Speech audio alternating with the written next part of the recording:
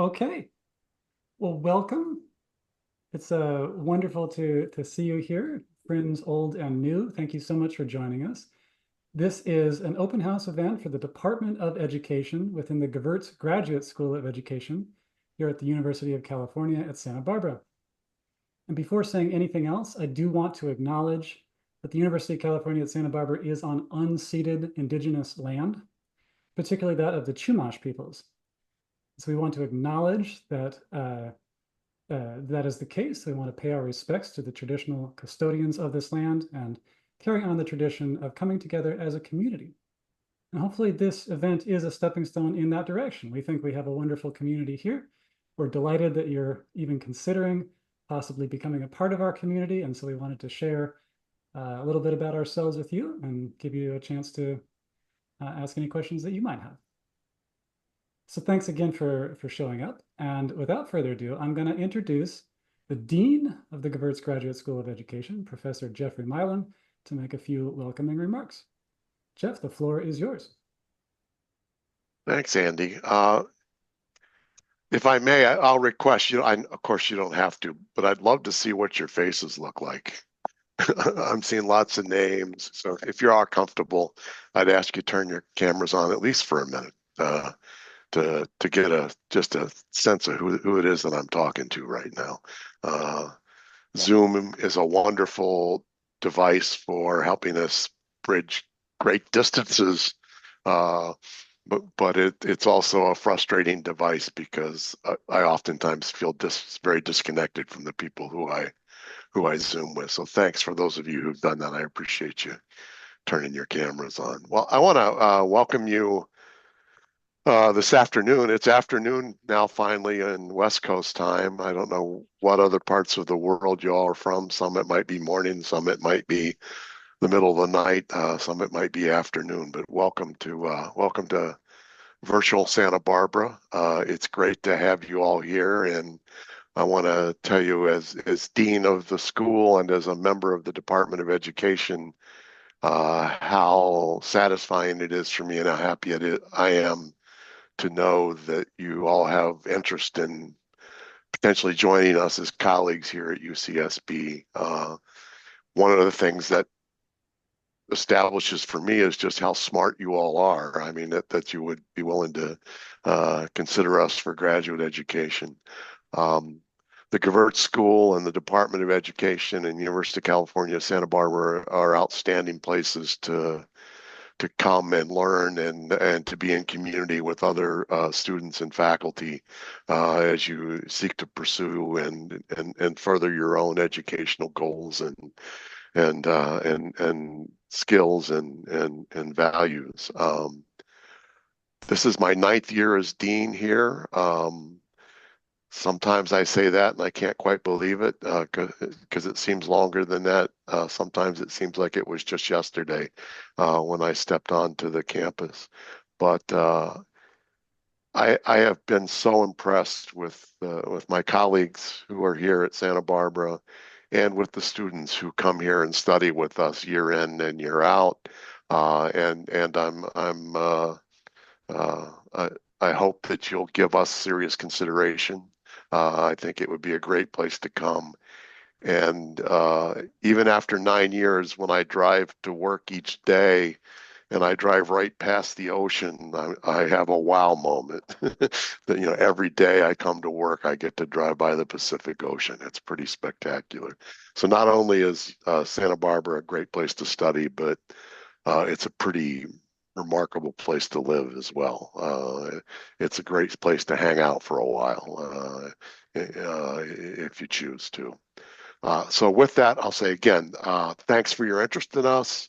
If you have any other questions, et cetera, that I can answer or any of my colleagues can answer, please don't hesitate to reach out. We're happy to answer any questions that you might have. Thanks, Andy. Thanks, everybody. Thank you, Jeff. Great to have you here. And just to clarify for people who are on the call, Dean Milan is the dean of the entire Gevirtz Graduate School of Education. Now, this particular event is focused on a subsection of the Graduate School of Education called the Department of Education. And sometimes these labels can get a little funny. But with that, the next person I would like to introduce is the chair of the Department of Education, Professor Andrew Fetters. Andrew, the floor is yours. Thank you, Andy. Thank you. Welcome, everybody, to our open house today. It's exciting to see some faces in the Zoom, and it's nice to see my colleagues always. Yeah, we are the Department of Education here at UCSB. This is as Jeff mentioned, it's a beautiful place here in Santa Barbara County, right on the ocean, nestled between the mountains and the ocean. There's a vibrant campus life here of activities and resources, natural wonder in many ways, to be in this place. If you come here, I think you'll get a bit of that wonder too, and be able to share in a lot of what this area offers. In terms of what our department offers, the Department of Education offers 3 areas of studies, and we have 30 faculty members. We offer MA programs and PhD programs, and typically we take in about 20 PhD and MA students per year. And our faculty are very diverse in terms of their interests and their backgrounds. And thank you, Andy. These are our 3 major program areas that we have in our school. We've got culture, language, and human development. We've got learning, teaching, and teacher education. And we've got policy, program evaluation, and research methods. And faculty from all 3 of these areas are represented today and are going to say a little something.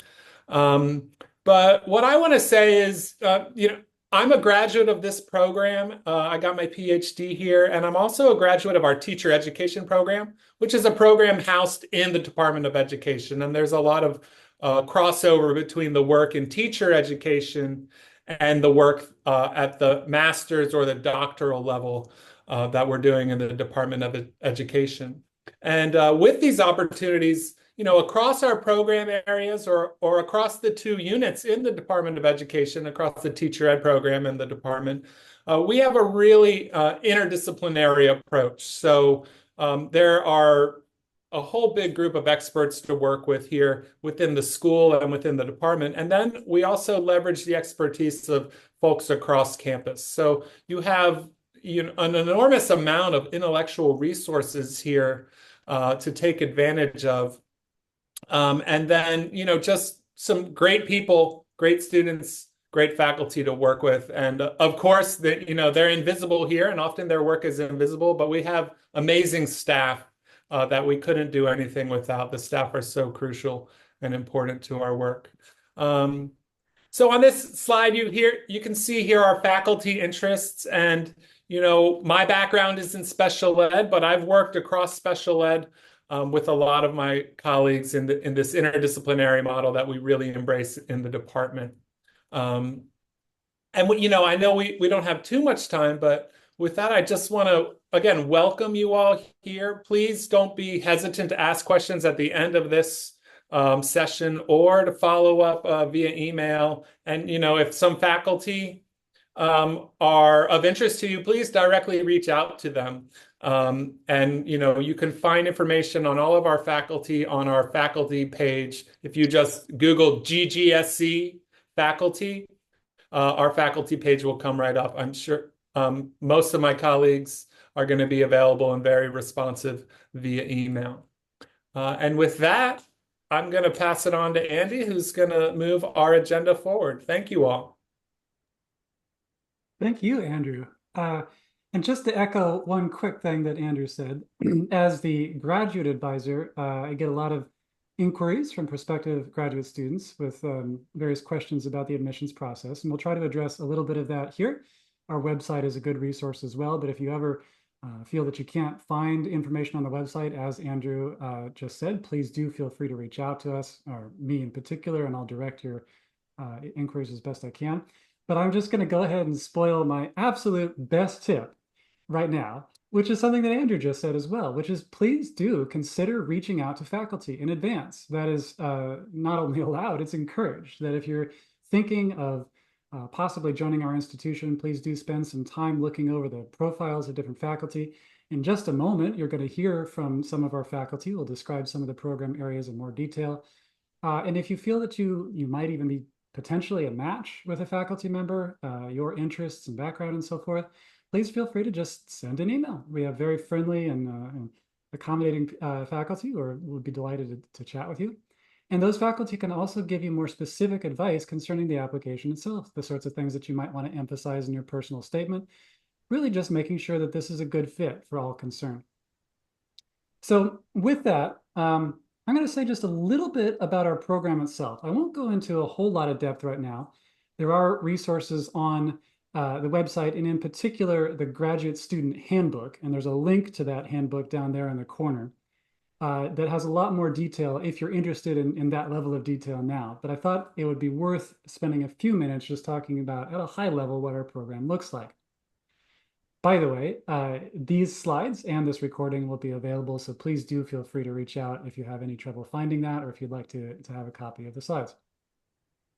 So in terms of coursework, we have a sort of a common set of coursework for anybody who's in our program. And then depending on which program area you get involved with, there'll be some extra stuff for that specific program area. Again, you'll hear more about those program areas in just a minute.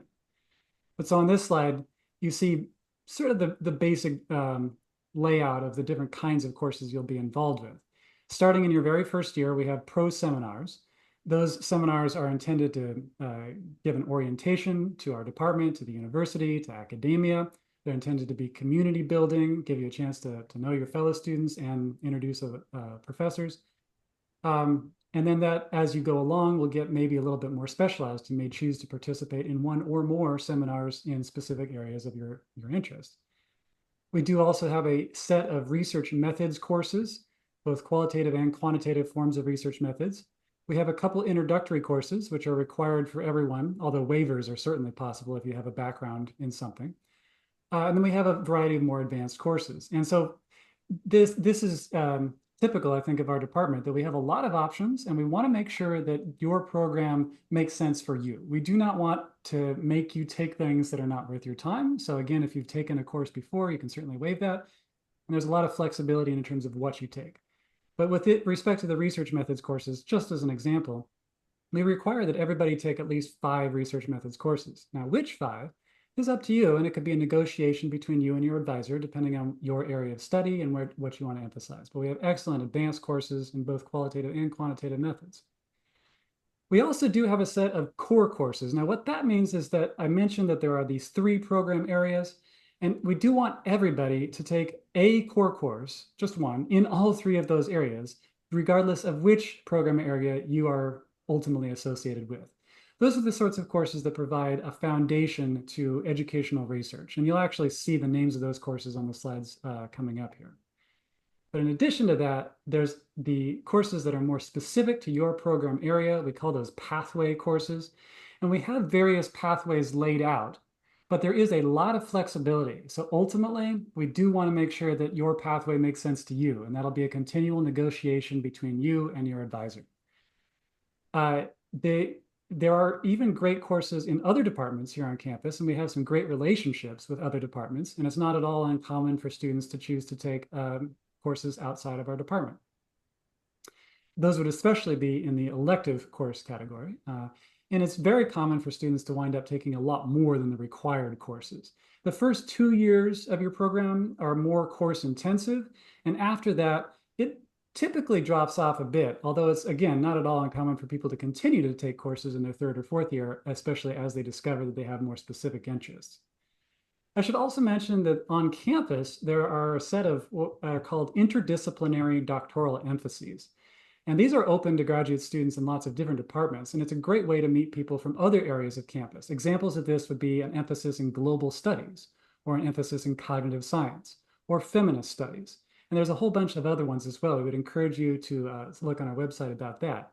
That's typically the sort of thing you would get involved with, not in your first year, but maybe starting in your 2nd year or beyond, because then that links you across campus and exposes you to ways of thinking and doing research, maybe a little bit outside the norm for our own department. I also want to say something briefly about what we call the academic milestones. Now, what this is basically just a framework for making sure that your progress through the program is well supported and well scaffolded. That there's 5 milestones, and to be a little bit reductive, they're often associated with 5 years of the program. You can think of each of these milestones as roughly corresponding to 1 year of the PhD program. Now, as soon as I say that, I should also say that it is very common for timelines to take other amounts of time besides 5 years, and that's totally okay.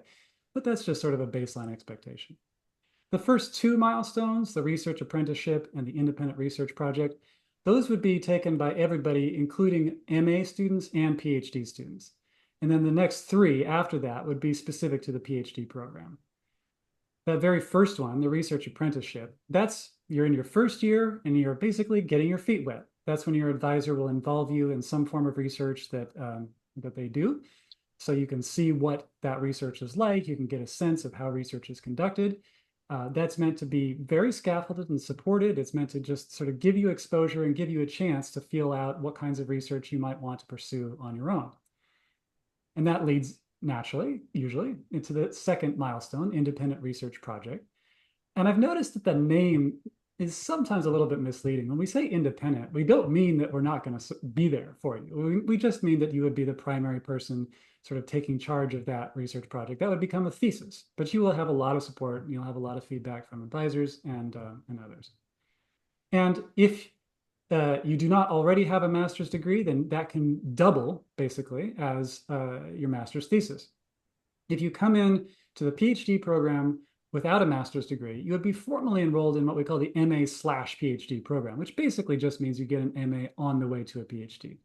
If you come in with an MA, then you'll just be in the PhD program, but you'll still be doing the independent research project. So most things are functionally identical. Now, again, we do want to acknowledge the courses you've already taken. So we wouldn't require you to take courses that are redundant with what you've already taken, but hopefully we would find other more advanced things that would interest you. That independent research project might be thought of as almost a mini dissertation. That's like the first time that you're really getting involved in research that you're directing. And typically what happens after that is that a student as at this point getting a little bit more clear about what direction they want to take in their dissertation and possibly beyond. So the third milestone we call the qualifying exams. This is when you're mostly done with coursework and you're collecting all the knowledge that you gained through coursework and elsewhere, and you're deciding on your main areas of scholarly expertise, at least for now. And that typically involves conducting fairly extensive literature reviews and becoming like some sort of expert in overlapping but different areas of scholarship, hopefully with the intention that that in fact serves as a great foundation for your dissertation. That in doing that qualifying exam, you're kind of already doing the lit review for your dissertation. And by the way, all of this is intended to be scaffolded such that when you get to each milestone, it really should not be that intimidating. It should just feel like the natural next step in your progression. We're trying to set you up for success at every stage along the way. And following the qualifying exams, the next big thing, possibly the biggest milestone of all in my experience, is the dissertation proposal. And that's where you're getting your ideas together of what kind of dissertation you want to do. And again, there's a lot of opportunities for consultation with your advisors and others. But once you nail that down, once you really figure out what you're going to do for your dissertation, the actual act of doing the dissertation is certainly a lot of work. But at that point, in my experience, that actually, it sort of feels like you're over the most challenging part, which is you design the plan and now you simply have to carry it out. And of course, a lot of things may happen along the way, but that's all part of the learning process. And the dissertation will culminate in a defense, and then you'll have a PhD. Now, of course, our relationship does not end there. We really do try to support our students as much as possible as they approach the job market. And that's, of course, conversations we can have down the line. So that's a very brief overview. Now, I did see a couple things come in on the chat, and I didn't quite get a chance to see what they were. So if you'll indulge me for 1 second, let me just make sure I'm looking at this. Yeah, okay. So with these questions, let me address them in a few minutes when we get back to a general discussion. But before doing that, let me now introduce some of my colleagues from the particular program areas that I was mentioning earlier. And so we'll go in order. The first one will be policy program and research methods area. And with the person introducing that, I believe, is Professor Carolyn Sutton-Visage, if I'm right. Yeah, here we are. So Carolyn, welcome, and the floor is yours. Thank you. Thanks, Andy. And I loved how you're like, and with that, you have your PhD. So first step, apply and come, and then with a blink of an eye. So I'm just going to talk about the policy, program evaluation, research methods program area, of which I am a part. And you know, I think what Andy, one of the things he was saying, and it's important that you all know, is that we have these areas and there is a lot of flexibility because you could see yourself in multiple and you don't feel like you don't always have to choose one of your multiple identities and interests. So one of the beautiful things about the way that we run this department is that we really want to be responsive to students' interests and needs, and we all work really collaboratively. So what you'll see here, you might also say, what part of me belongs in this other program area? So just wanted to put that out there. So these are some of the driving questions, and policy, program evaluation, and research methods work nicely together and can also be distinct. We think about context of education and how they're affected by education policies and practices. We ask some of us ask those questions in our research and teach about that. We think about how policies influence organizations and individuals and their educational experiences. We have colleagues like Andy and Karen who are on this call who are developing new methods. And that's really what they're thinking about and doing in very exciting ways. And you can be on the cutting edge of methods. And then led by our colleague Tariq Azam, conducting program evaluation, understanding the various ways to do it and what that means. And then in the policy area, of which I'm a part with more of a K-12 focus, we have 3 newish colleagues who are really expanding our focus and emphasis on higher education policy. So I just think that's very exciting and important to highlight that we're growing and changing and developing. And our core course that every student in the department, regardless of your program area, quote unquote home, takes a class on program evaluation that is universally beloved. Every student seems to really enjoy it, regardless of if that's your focus. And then these are below some of the advanced pathway courses that could give you a kind of a sense of the kinds of things that the faculty think about and work on, and what we want students in this program area to be exposed to. Here we are. There's Tariq. There we are. I don't think you can see us. On the bottom row, Antartija Vicunda, Mayra Puente, and Lucia Ariano, those are the 3 newish faculty who are really leading the work on higher ed. We have other folks who already in the department who have done higher ed work. Dean Milam, an expert in the field as well. Anything else, Andy? Should I pass it along, or do you want to pass that baton? Well, sure. Thank you, Carolyn. Really appreciate your introduction. I think next up for the learning, teaching, and teacher education area, I believe we have Professor Jason Duquesne. Jason, the floor is yours. Yes, that's me. Good afternoon, everybody. Super glad to see a bunch of faces, although like Dean Milam, I would much rather be sitting in a room shoulder to shoulder with you and sharing snacks and coffee. I'll begin by saying that I'm most eager to be able to answer your questions and to have us available to answer your questions. So I'm going to keep it pretty brief, knowing that a lot of the information is just already up on screen. I can say without question that this program area has the coolest name. We call it Latte, and every time people say that, we smile at each other because we know that we have the coolest name. We also have, as a member of our faculty, Danielle Harlow, who, if you are here, you will know is the expert at getting cool names and acronyms for things. So we will always win the acronym contest. We have, I think a lot of people see the description and the title of this area as very much about practical classroom level, perhaps questions. I want to expand your thinking on that and just note that the faculty who are members of this, who sort of work in this program area, are have varying degrees of proximity to, for example, classroom practice, and some of even those people who are oriented by questions about educational practice are not limited to classrooms either, right? So there's something that's a little bit, I think, misleading in our common sense interpretation of learning, teaching, and teacher education. It's not just about trying to answer practical questions. It's also about trying to formulate problems and think about the ways that children learn and the ways that the different things that children and adolescents bring to uh, educational settings, and how we might be really deeply responsive to who they are as human beings, as members of diverse communities, and as students, among many other things in schools. So there are, the other thing I want to mention, not just about sort of the diversity of our group in terms of their interests, but also to emphasize what Carolyn said so eloquently, which is just that we are not locked into silos within our department in any way, shape, or form. So that if you find yourself in Latte, that does not mean you won't be interacting with other faculty members, other students in other program areas, and not just in your core courses, but in other courses as well.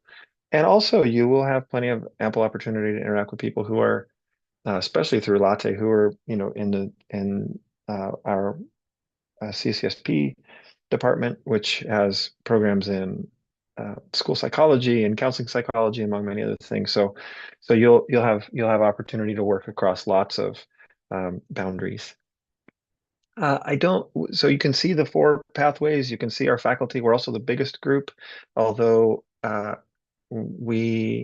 you go to the next slide? So this is our group, but I don't want you, I want to again reemphasize the point that I was making to follow up with Carolyn, which is the faculty you see here would not be the only faculty that you work with, right? So there are people even in our core course. Our core course is learning, teaching, and teacher education, and Hui-Ling Malone, who is not listed right now in this faculty group, actually teaches that core course too. So you'll be interacting with all the faculty across the entire school, and we hope that this particular organization of our program area just supports you in making your way through and gives you some sense of focus.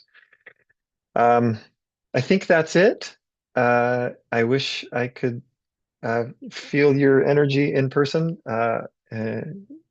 but I'll take what I can get. I'll pass the baton, I think, to Andy, and Andy will pass the baton to whomever's next. Thank you so much, Jason. Really appreciate your Yeah, you bet.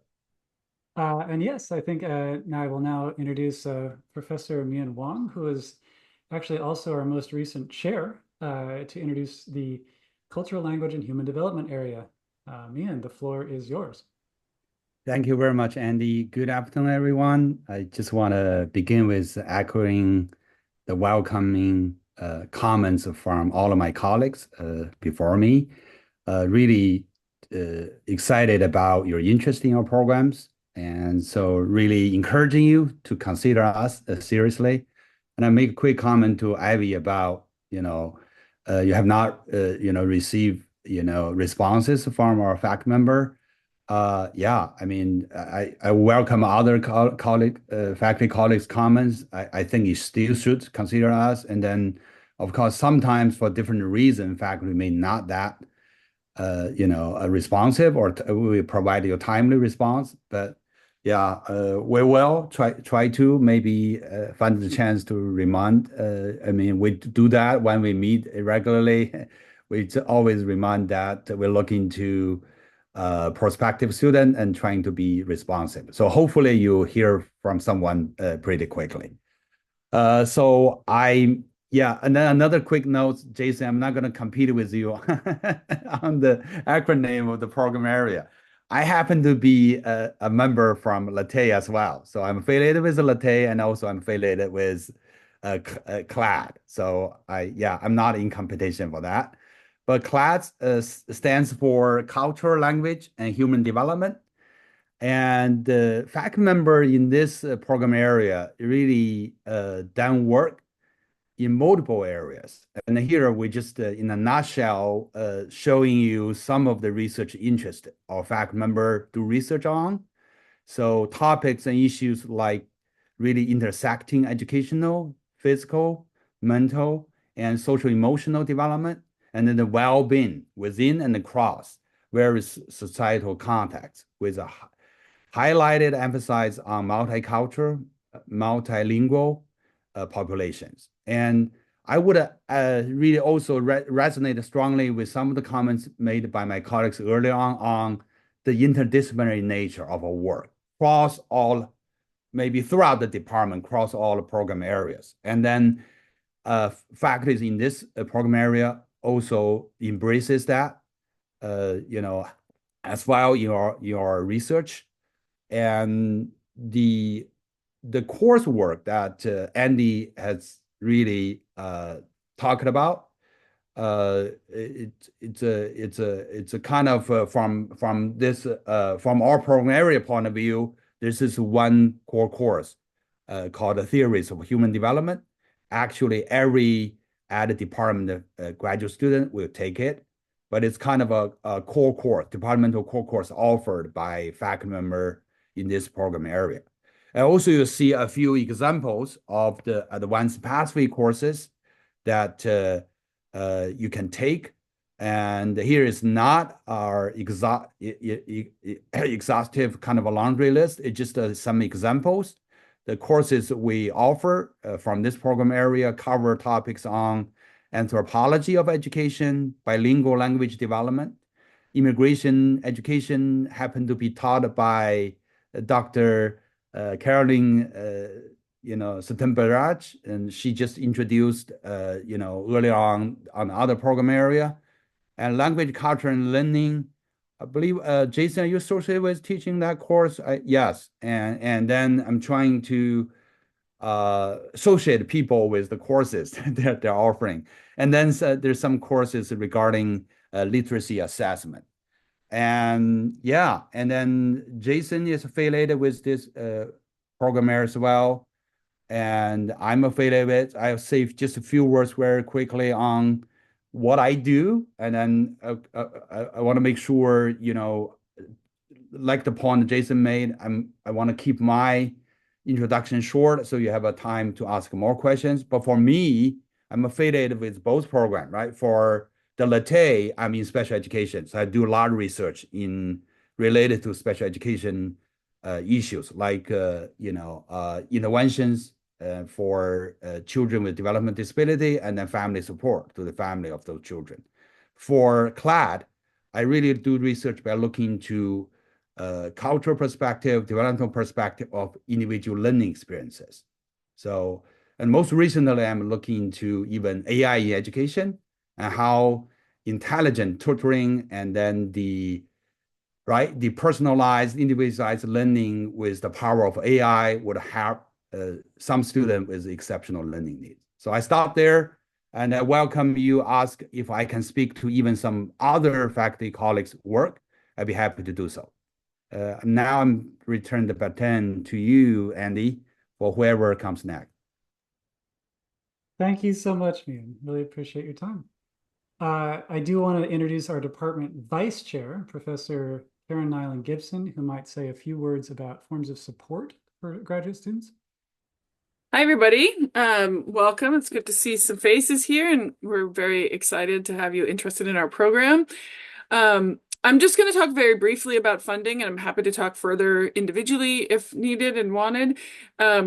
Our goal, our dream is to offer every admitted student multi-year packages, ideally 5-year packages. We are working towards that goal. Every year we offer multiple 5-year packages and sometimes 2 or 3-year funding packages. There are 2 types of packages that funding offers that include fees and a stipend, which means we'll pay your tuition and give you a salary. There's these fellowships called centrally administered fellowships, and these generally are 5-year funding that you would be notified that you were selected for before you came. And then we also have a departmental packages that range between 1 and 5 years of funding. We also provide travel grants every single year to students to travel to conferences. And we recently opened this up to you just attending. And so we don't pay for all of the travel, but we help offset the cost of travel to these conferences as part of your professional development as a graduate student in our program. And then when you come near to the end of the study, we help, end of your dissertation work, we help support students with dissertation fellowships, both at the department level and campus level. We do all that we can to kind of shepherd you through the program with as much support as possible. So I think I'll just stop there, Andy, and see what questions come up. Thank you. Thank you, Karen. Really appreciate it. At this point, what I am going to do is I'm going to stop the recording.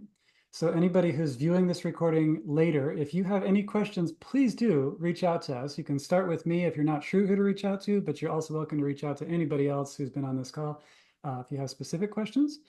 So thank you for viewing this, and then I will now go ahead and stop the recording.